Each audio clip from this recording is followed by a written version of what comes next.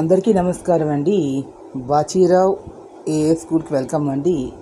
ఈరోజు current affairs వీడియోలో తీసుకున్నట్లయితే అంతర్జాతీయ కార్మిక సంస్థ నివేదిక 2025 ప్రకారంగా తీసుకున్నట్లయితే అల్ప దిగువ మధ్య ఆదాయ దేశాల్లో సాగుదారుల సంఖ్య ఎక్కువగా ఉంది.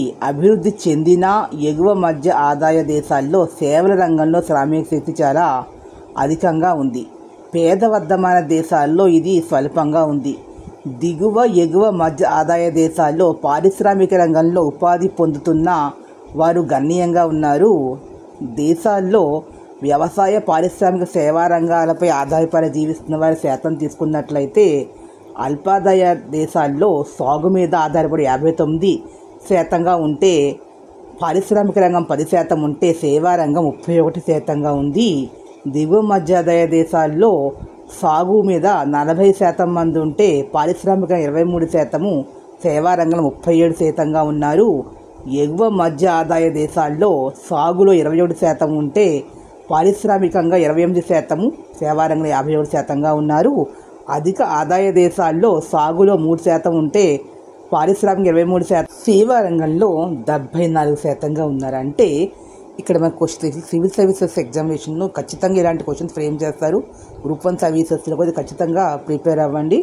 ఇది ఖచ్చితంగా ఇంపార్టెంట్. ఇది ఎందుకంటే అధిక ఆదాయ దేశాల్లో మనం ఇక్కడ అడిగినప్పుడు 74% అత్యధికంగా సేవా రంగం అని, తర్వాతి స్థానాల్లో 57% ఎగువ మధ్యాయ దేశాలు, 37%, దిగువ మధ్యాయ దేశాలు, అల్ప ఆదాయ దేశాలు 31% ఉన్నాయని చెప్పి అసెండింగ్ ఆర్డర్లో.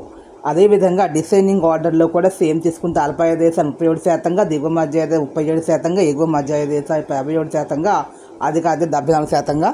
అసెండింగ్ ఆర్డర్లో మొదటి 4 దేశాలు, డిసెండింగ్ ఆర్డర్ కింద 4 దేశాలను అడుగుతారు. అదేవిధంగా మనకి సాగు రంగంలో తీసుకుంటే కింద నుంచి తీసుకుంటే 3% అధిక ఆదాయ దేశం ఉంటే, ఎగువ మధ్యాయ 27%, దిగువ మధ్య 40%, అల్పాయ దేశాలు 59% ఉన్నాయి. కింద నుంచి పైనుంచి కింద తీసుకుంటే అల్పాయ దేశాలు 57%, దిగువ మధ్య ఆదాయ 40%, ఎగువ మధ్య 27%, అధిక ఆదాయ దేశాలు 3% ఉన్నాయి సేవా రంగంలో. ఇక పారిశ్రామిక రంగం తీసుకున్నట్లయితే పైనుంచి కిందకి తీసుకుంటే 23%, అధిక ఆదాయ 28%, అంటే ఎగువ మధ్య ఆదాయ దేశాలు మాత్రం అత్యధికంగా 28% ఉన్నాయి పారిశ్రామిక రంగం. ఎనలిటికల్ పాయింట్ ఆఫ్ వ్యూలో పరిశీలన చేసినట్లయితే ఇక్కడ పారిశ్రామిక రంగంలో ఎగువ మధ్యాయ దేశాలు 28%, అధిక ఆదాయ దిగువ మధ్యాయ దేశాలు సమానం 23% ఉంటే, అల్పాయ దేశాలు 10% ఉన్నాయి. పైనుంచి కింద నుంచి పైకి తీసుకుంటే అల్పాయ దేశాలు 10% ఉంటే, దిగువ